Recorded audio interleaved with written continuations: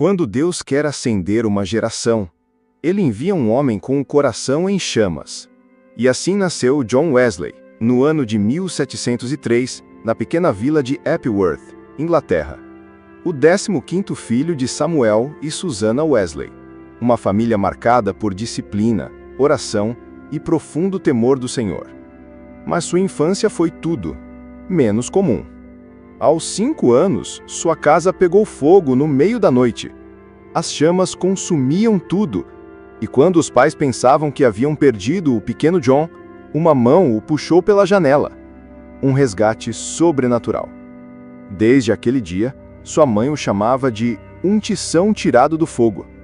Ele cresceu sabendo, Deus o havia preservado para algo grande.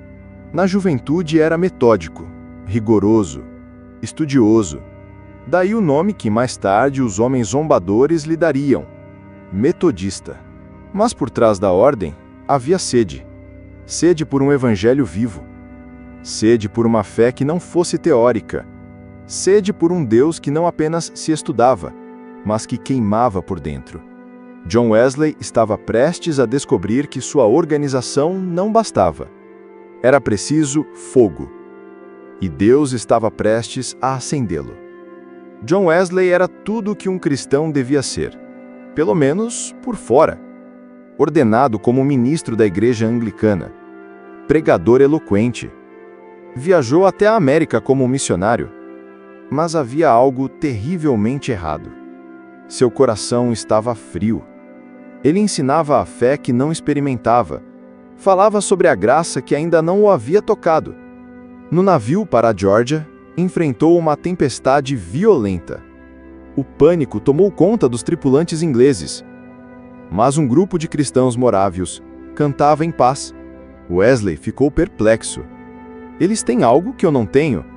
Ao voltar para a Inglaterra, escreveu em seu diário: Fui à América para converter os outros, mas quem me converterá? Ele estava cercado por religião, mas vazio de poder. Sabia da Bíblia, mas não conhecia o autor, e isso o consumia por dentro. Foi nessa agonia santa que Deus começou a preparar a fagulha, porque Deus não acende corações orgulhosos, Ele acende os quebrantados. John Wesley estava prestes a ter mais que uma experiência religiosa. Estava prestes a ser incendiado. Era 24 de maio de 1738. John Wesley entrou numa pequena reunião em Aldersgate Street, em Londres, contra sua vontade, cansado, frustrado, quase sem fé. Um homem lia a introdução de Lutero à carta aos Romanos, palavras simples, mas carregadas de glória. E então, aconteceu. Senti meu coração estranhamente aquecido. Foi assim que Wesley descreveu o momento em que a graça de Deus o envolveu como fogo. Ali, naquele quarto modesto, Deus não apenas tocou, Deus acendeu. Aquele que antes pregava por dever, agora pregava por paixão. Aquele que antes servia por disciplina, agora servia por amor. John Wesley encontrou o Deus vivo. E mais do que isso, foi encontrado por ele. Sua vida foi marcada por uma nova urgência. O mundo é minha paróquia, ele dizia. Não havia mais tempo para a religiosidade morta. Não havia mais espaço para uma igreja adormecida. Wesley agora ardia. E onde quer que ele fosse, o fogo se espalhava. Quando o fogo de Deus incendeia um homem, nem os muros da igreja conseguem contê-lo. Após sua experiência em Aldersgate, Wesley tentou pregar nas igrejas anglicanas, mas sua mensagem era forte demais. Arrependimento, santidade, novo nascimento. Portas se fecharam, convites cessaram, pregadores o rejeitavam, mas o céu ainda o chamava. Foi então que, num campo aberto, seu amigo George Whitefield o desafiou. Vá onde o povo está. E Wesley foi. Começou a pregar ao ar livre, nas minas de carvão, nas vilas esquecidas, nas estradas de terra. Suas palavras não vinham com pompa, mas com poder. Centenas, depois milhares, se reuniam nas praças e campos. Homens endurecidos caíam de joelhos. Mulheres choravam. O fogo estava se espalhando. A Inglaterra, que se afundava em frieza espiritual e decadência moral, começou a estremecer. E tudo isso não começou com estratégias humanas. Começou com um homem cujo coração queimava. John Wesley dizia: "Deem-me 100 homens que não temam nada senão o pecado, e não desejem nada senão a Deus, e abalaremos o inferno." O fogo aceso em Aldersgate agora ardia pelas estradas, nos campos, nas casas e logo nos continentes. Avivamento sem direção vira confusão. Mas John Wesley não era apenas um homem inflamado. Ele era um homem ordenado. Enquanto o fogo se espalhava, Wesley via a necessidade de preservar o mover, de proteger as chamas da indiferença e do extremismo. Assim, nasceu o que muitos zombavam como metodismo. Pequenos grupos se reuniam semanalmente, oravam, confessavam pecados, estudavam a palavra, jejuavam. Não havia templos luxuosos, havia santidade. Não havia corais afinados, havia lágrimas. Não havia status, havia fome por Deus. Wesley organizou sociedades, classes e bandas, estruturas simples, mas cheias de vida. Ele entendia: o mesmo fogo que aquece pode destruir se não houver cuidado. E então o movimento cresceu. Cresceu entre os pobres, cresceu entre os esquecidos da religião, porque onde há fome, Deus envia pão. E Wesley não era o pão, era apenas um padeiro fiel. O método dele não era o controle, era a vigilância, para que o que Deus começou não se perdesse. E o fogo, ao invés de apagar, se multiplicava. O fogo que Deus acende no coração não precisa de plateia nem de aplauso. Ele simplesmente queima. John Wesley era um homem em movimento.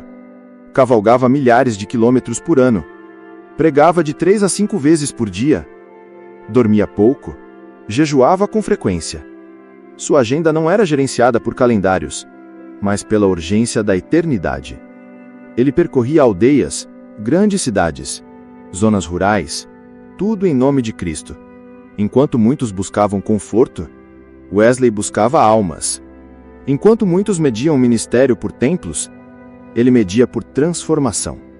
Chegou a pregar mais de 40.000 sermões em vida.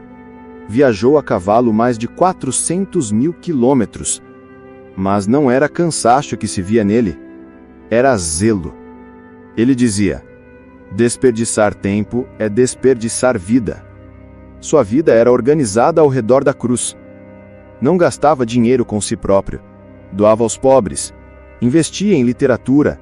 Enviava missionários. Tudo era sacrifício, mas nada lhe parecia pesado. E Wesley carregava esse fogo, com disciplina, com alegria, com paixão santa. Porque para ele viver era Cristo, e cada respiração uma pregação. Todo fogo verdadeiro atrai oposição. John Wesley sabia disso, e aceitou o preço. Por onde passava, multidões se convertiam, mas outras se enfureciam.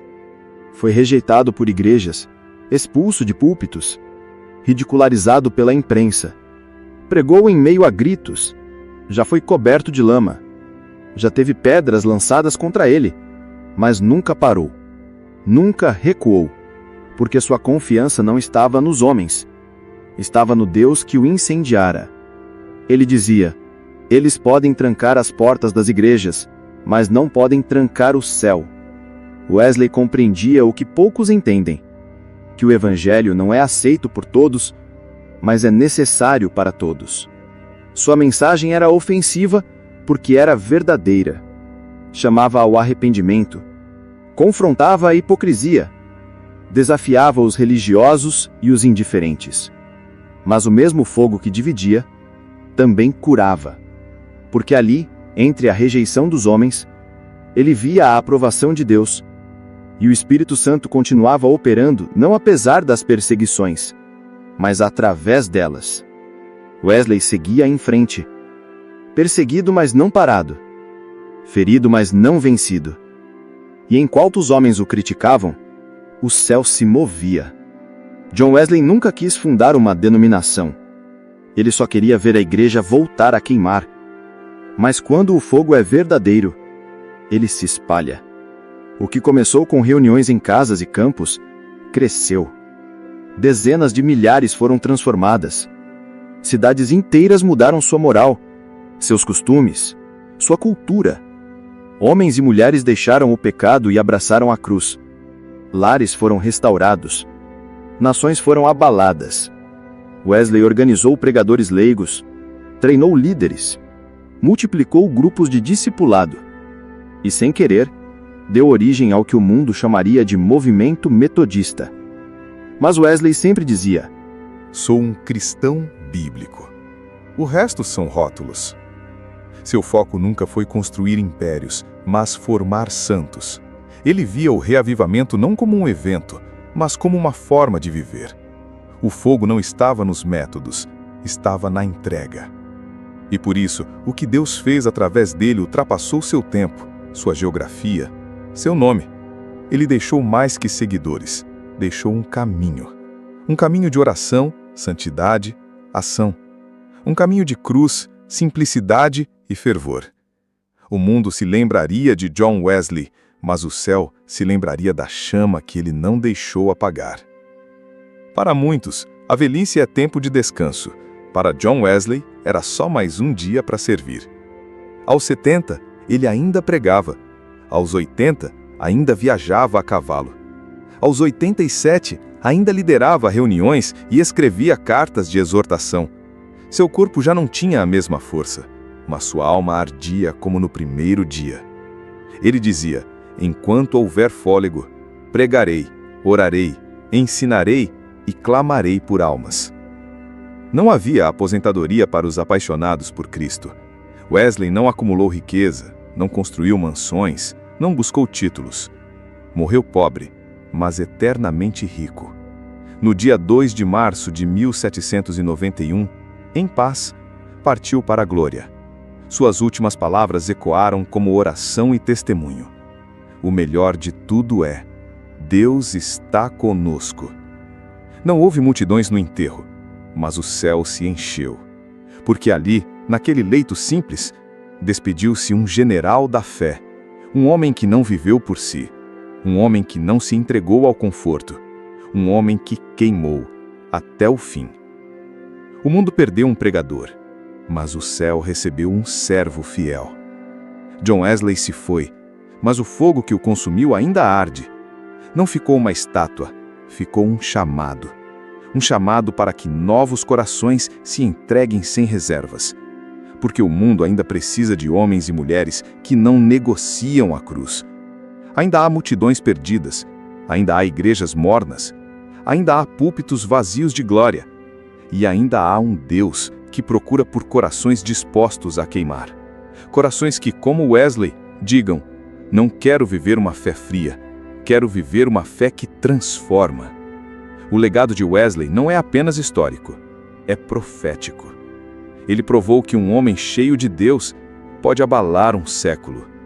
E agora, Deus pergunta: quem será o próximo? Quem irá cavar poços em oração? Quem irá jejuar, clamar, pregar com lágrimas? Quem irá deixar de lado os holofotes para buscar o altar? A geração de Wesley passou, mas a colheita ainda é grande. E o fogo de Deus ainda está disponível. Não para os populares, mas para os disponíveis.